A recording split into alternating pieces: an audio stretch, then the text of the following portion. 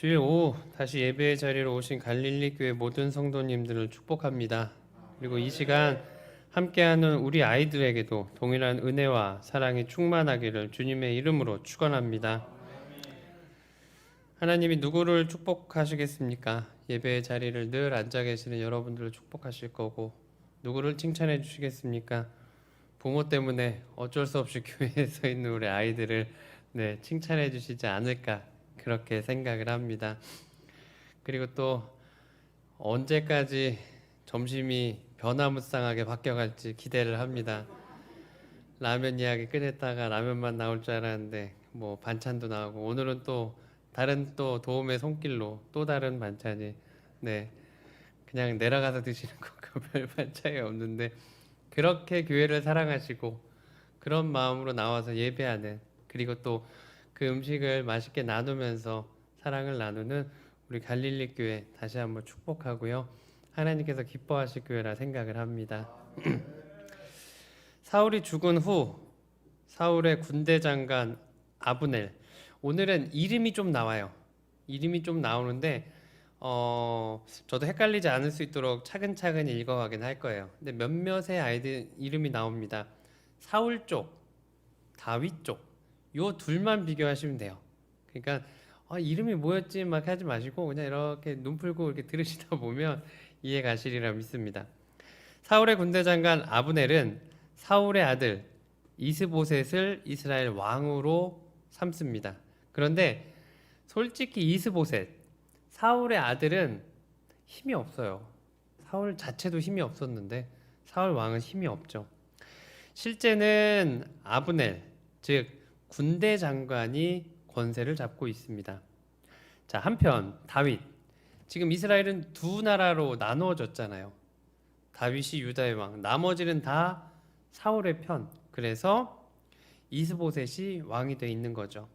자, 다윗은 유다 땅 헤브론에서 유다의 왕이 되었죠. 지난주에 나온 말씀입니다.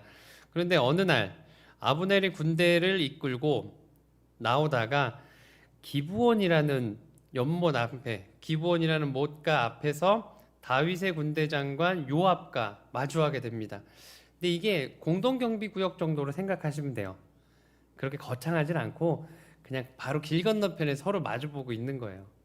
서로의 군대 장관, 다윗의 군대 장관, 사울의 군대 장관, 서로 마주보고 있는 거죠. 둘은 서로를 알아요. 둘은 서로를 알고 있는 거죠. 그런데 장난을 칩니다. 우리 한판 붙을까? 우리 한판 붙을까? 근데 그냥 못 들은 척 하면 되는데 이게 또 사나이의 자존심을 건드렸죠. 그래, 한판 붙자. 그래, 그러면 니네 12명 나와. 우리 12명 나올게. 그 대표를 뽑아서 나옵니다. 빠른 애, 힘센 애, 머리 좋은 애, 무기 잘하는 애 막 나와서 12명을 딱 했는데, 응원하다 보니까 그 군인들이 또 응원하다 보니까 흥분했어요. 그래서 결국은 모든 군인들이 다 나와가지고 전쟁을 벌이고 말았습니다. 그냥 만나서 길 건너편에 있는 애들 보면서 서로 창만 들고 있으면 되는 거였어요. 왜냐면 그들이 보초를 쓰는 거기 때문에 그냥 이렇게 보초만 쓰고 있으면 되는 거였는데, 군대 장관들이 우리 한판 뜰까? 한판 해볼까? 그냥 장난으로 시작한 그 말에 엄청나게 큰 전쟁이 되어버리고 맙니다. 지켜보던 응원하던 자들까지 경기장에 남입해서 서로 닥치는 대로 죽이는 광란의 전투가 되어버렸어요. 다행히 다윗의 군대 장관 요압의 군대가 기선을 잡게 됩니다. 아브넬의 군대는 쫓겨 달아나기 시작을 했습니다. 그런데 요압의 삼형제 중 동생, 다윗의 군대 장관의 동생이 그냥 있으면 되는데 아브넬을 쫓아갔어요. 아브넬을 쫓아간 거죠. 군대 장관의 동생이 상대편의 군대 장관을 쫓아가는 거예요. 형이 봤을 때 쟤는 나를 잡을 수 없는 거죠. 아브넬이 봤을 때, 야, 너 아무리 쫓아와봐야 나를 잡을 수 없어. 그런데 네가 그렇게 날 쫓아오면 내가 나중에 네 형을 어떻게 보겠냐. 네 내 손에 죽으면 내가 네 형을 어떻게 보겠어. 왜냐하면 원래는 한 나라의 한 군사잖아요. 지금 잠시 나눠져 있을 뿐이죠.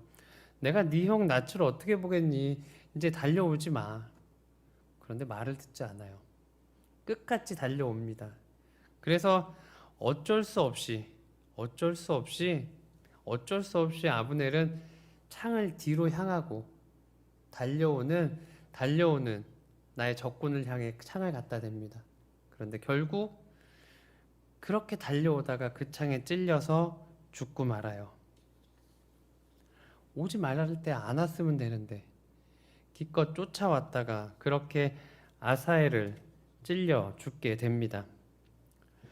요압의 병사들이 아사엘이 쓰러진 자리를 이제 멈춰 섰죠.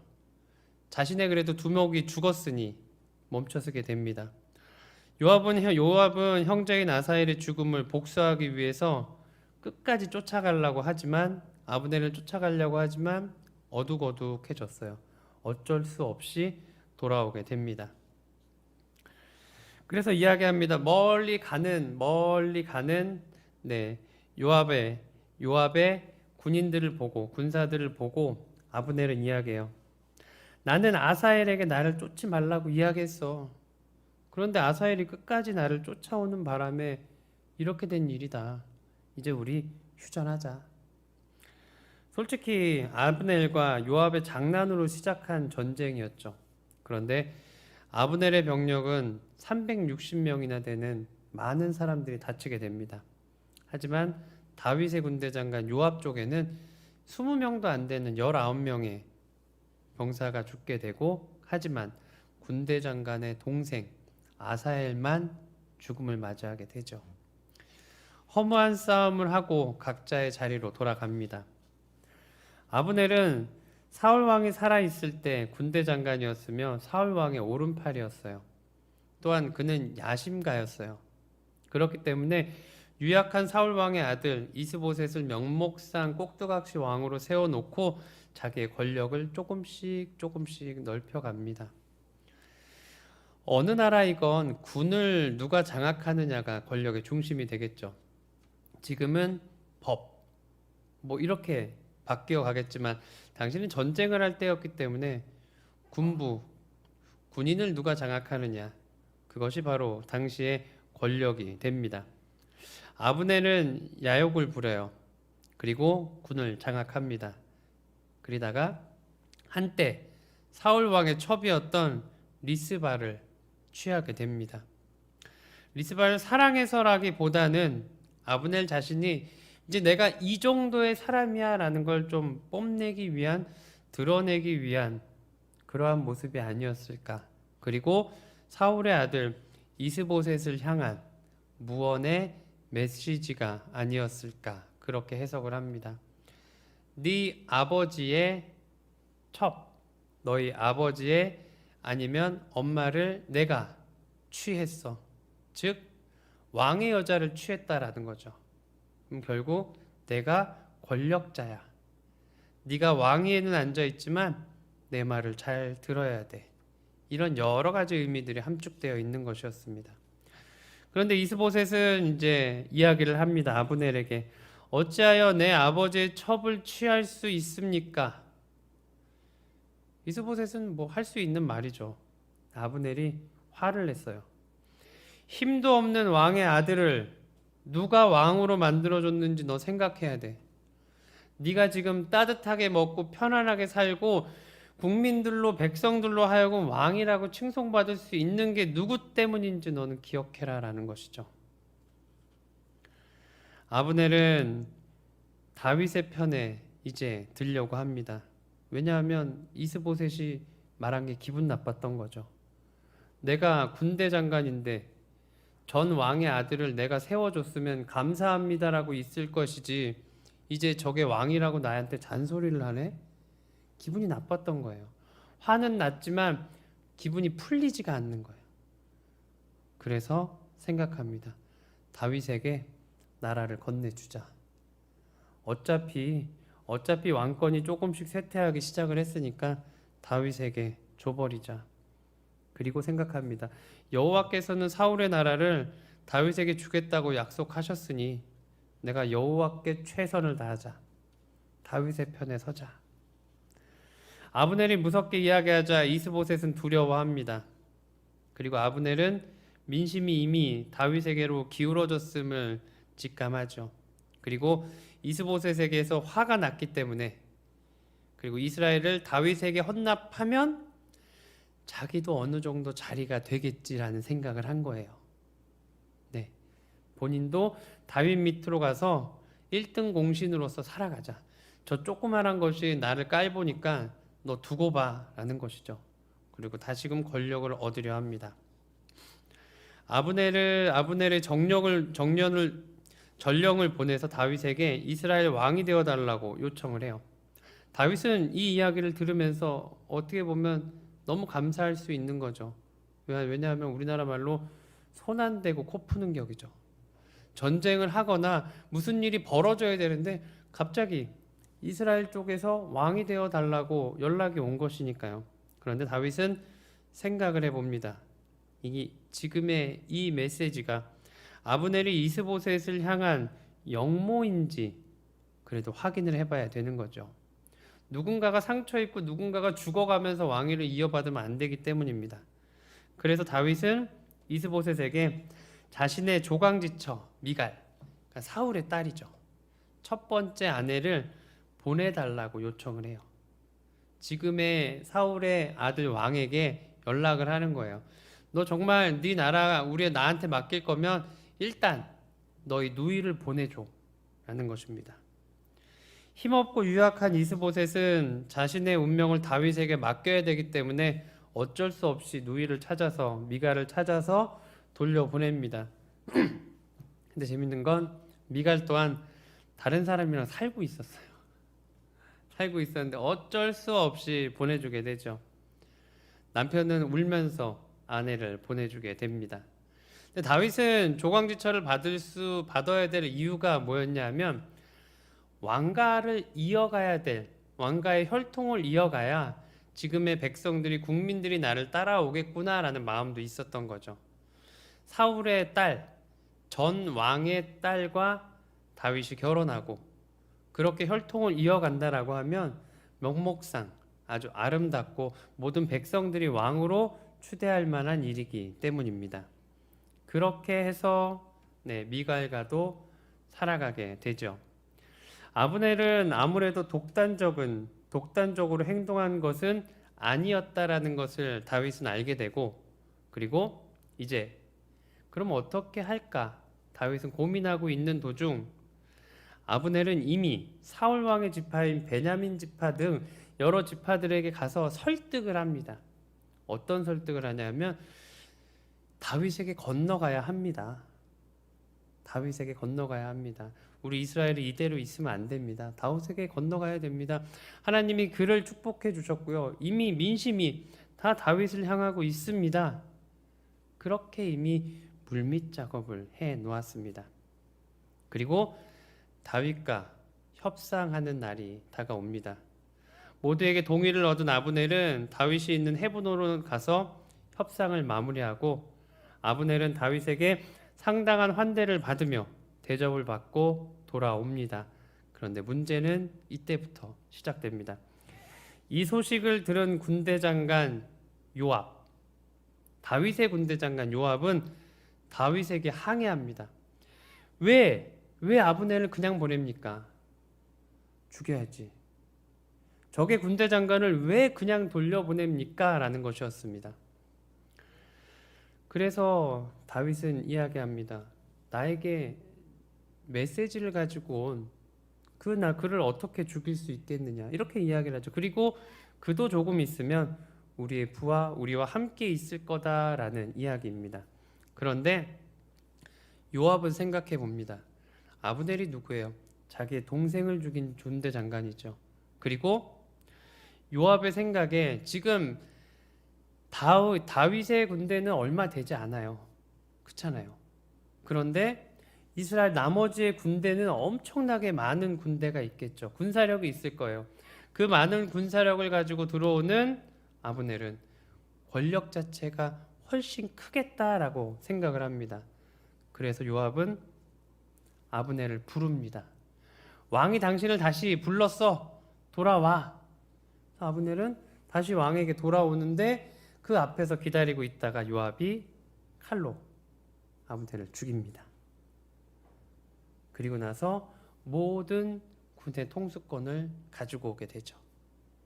두 가지의 의미였습니다. 동생에 대한 복수, 그리고 더 많은 군대를 가지고 들어오게 되면 자신이 아브넬에게 먹힐 수밖에 없기 때문에 요압은 그런 결단을 하게 됩니다. 그런데 누구와도 이야기하지 않습니다.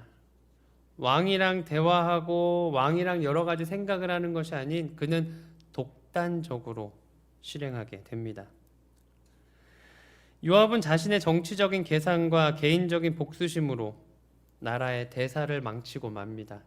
그 나라의 대사는 무엇이냐면 이스라엘에게 있어서 왕권이 교체되고 바뀌고 할 때 피를 묻히지 아니하는, 피 한 방울 나지 않고 자연스럽게 대가 잊어져야 되는데 사울이 죽고 그 다음에도 또 군대 장관이 죽고 이렇게 피의 복수들이 이어지는 나라가 되어갔다라는 것입니다.